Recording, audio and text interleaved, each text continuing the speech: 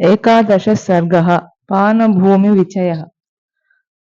अवधूय च तां बुद्धिं बभूववस्थितस्तदा जगाम चापरां चिन्तां सीतां प्रति महाकपिः। न रामेण वियुक्ता सा सक्तुमर्हति भामिनी, न भोक्तुं नाप्यलङ्कर्तुं न पानमुपसेवितुं, नान्यं नरमुपस्थातुं सुराणामपि चेश्वरम्, न हि रामसमः कश्चिद् विद्यते त्रयोदशेष्वपि। अन्येयमिति निश्चित्य पानभूमौ चचारसः, क्रीडितेनापराक्लान्ता गीतेन च तथापराः, वृत्तेन चापराक्लान्ता पानविप्रहतास्तथा, मुरजेषु मृदङ्गेषु पीठिकासु च संस्थिताः, तथास्तरणमुख्येषु संविष्टाश्चापरास्त्रियः, अङ्गनानां सहस्रेण भूषितेन विभूषणैः, रूपसंलापशीलेन युक्तगीतार्थभाषिणा, देशकालाभियुक्तेन युक्तवाक्याभिधायिना, रथाभिरथसंतृप्तं ददर्श हरियूतपः। तासां मध्ये महाबाहुः शुशुभे राक्षसेश्वरः, गोष्ठे महति मुख्यानां गवां मध्ये यथा वृषः,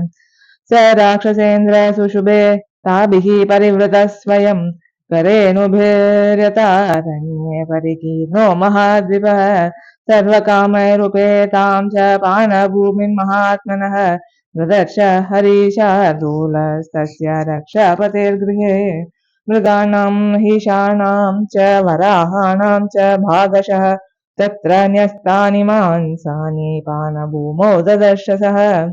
रौक्मेषु च विशालेषु भाजनेष्वर्धभक्षितान्, ददर्श कपिशार्दूलो मयूरान् कुक्कुटांस्तथा, वराह गृध्रान् सुकृतान् दधि सौवर्चलायुतान्, शल्यान् मृगमयूरांश्च हनुमानन्ववैक्षत, क्रकरान् विविधान् सिद्धांश्चकोरानर्धभक्षितान्, महिषानेकशल्यांश्च छागांश्च कृतनिष्ठिताम्, लेह्यानुचावचान् पेयान् भोजानि विविधानि च, तताम्ल लवणोत्तंसे विविधैरागषाढवैः, हारनूपुरकेयूरैरपविद्धैर्महादनैः, पानभाजविक्षिप्तैः फलैश्च विविधैरपि, कृतपुष्पोपहारा भूरधिकं पुष्यति श्रियम्, तत्र तत्र च विन्यस्तैः सुश्लिष्टैः शयनासनैः, पानभूमिर्विना वह्निं प्रदीप्तेवोपलक्ष्यते, बहुप्रकारैर्विविधैर्वरसंस्कारसंस्कृतैः, मांसैः कुशलसंयुक्तैः पानभूमिगतैः पृथक्, दिव्याः प्रसन्ना विविधासुरा कृतसुरास्तथा, शर्कराः सवमाध्वीक पुष्पासवफलासवाः, वासचूर्णैश्च विविधैर्दृष्टास्तस्तैः पृथक् पृथक्, सन्तता शुशुभे भूमिर्माल्यैश्च बहुसंस्थितैः, राजतेषु च कुम्भेषु जाम्बूनदमयेषु च, पानश्रेष्ठं तथा भूरि कपिस्तत्र ददर्श सः, सोऽपश्यच्छातकुम्भानि शीधोर्मणिमयानि च, राजतानि च पूर्णानि भाजनानि महाकविः, हिरण्मयैश्च विविधैर्भाजनैः स्फाटिकैरपि, जाम्बूनदमयैश्चान्यैः करकैरपि संवृता, क्वचिदर्धावशेषानि क्वचित् पीतानि सर्वशः, क्वचिन्नैव प्रपीतानि पानानि स ददर्शः, क्वचित् भक्ष्यांश्च विविधान् क्वचित् पानानि भागशः, क्वचिदन्नावशेषानि पश्यन् वै व्यजचारः, क्वचित् प्रभिन्नैः करकैः क्वचिदालोलितैर्घटैः,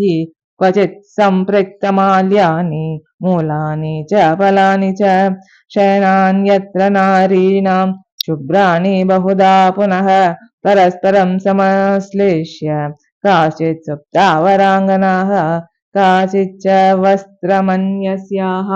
स्वपन्त्याः परिधाय च आहृत्य चाबलाः सुप्ता निद्राबलपराजिताः तासामुच्छ्वासवातेन वस्त्रं माल्यं च गात्रजं नात्यर्थं स्पन्दते चित्रं प्राप्य मन्दमिवानिलम् चन्दनस्य च शीतस्य शीदोर्मधुरसस्य च विविधस्य च माल्यस्य पुष्पस्य विविधस्य च बहुधा मारुतस्तत्र गन्धं विविधमुद्वहन् रसानां चन्दनानां च धूपानां चैव मूर्छितः प्रभवौ सुरभिर्गन्धो विमाने पुष्पके तदा श्यामावदातस्तत्रान्याः काश्चित् कृष्णा वराङ्गनाः काश्चित् काञ्चनवर्णाङ्ग्यः प्रमदा राक्षसालये तासां निद्रावशत्वाच्च मदनेन विमूर्छितं पद्मिनीनां प्रसुप्तानां रूपमासीद्यथैव हि एवं सर्वमशेषेण रावणान्तःपुरं कविः ददर्शु महातेजान ददर्श च जानकीं निरीक्षमाणश्च तदा ताः स्त्रियः स महाकपिः जगाम महतीं चिन्तां धर्मसाध्वसशङ्कितः परदारावरोधस्य प्रसुप्तस्य निरीक्षणम् इदं खलु ममात्यर्थं धर्मलोपं करिष्यति न हि मे परदाराणां दुष्टिर्विषयवर्तिनि अयं चात्र मया दृष्टः परदार परिग्रहः तस्य प्रादुरभूच्चिन्ता पुनरन्या मनस्विनः निश्चितैकान्तचित्तस्य कार्यनिश्चयदर्शिनी कामं दृष्टा मया सर्व विश्वस्ता रावणस्त्रियः न हि मे मनसः किञ्चिद् वैकृत्यमुपपद्यते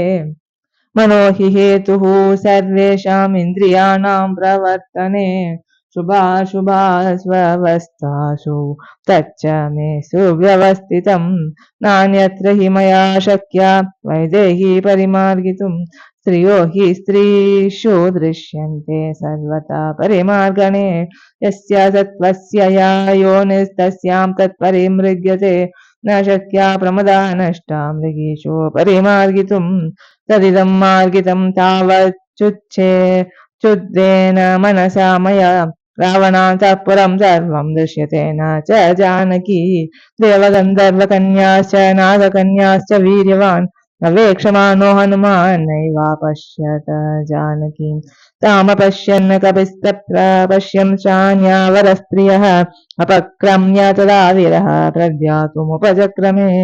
स भूयस्तु परं श्रीमान् मारुतिर्यत्नमास्थितः बाणभूमिं समुत्सृज्य तां विजेतुं प्रचक्रमे इति श्रीमद् रामायणे सुन्दरकाण्डे 11 सर्गः।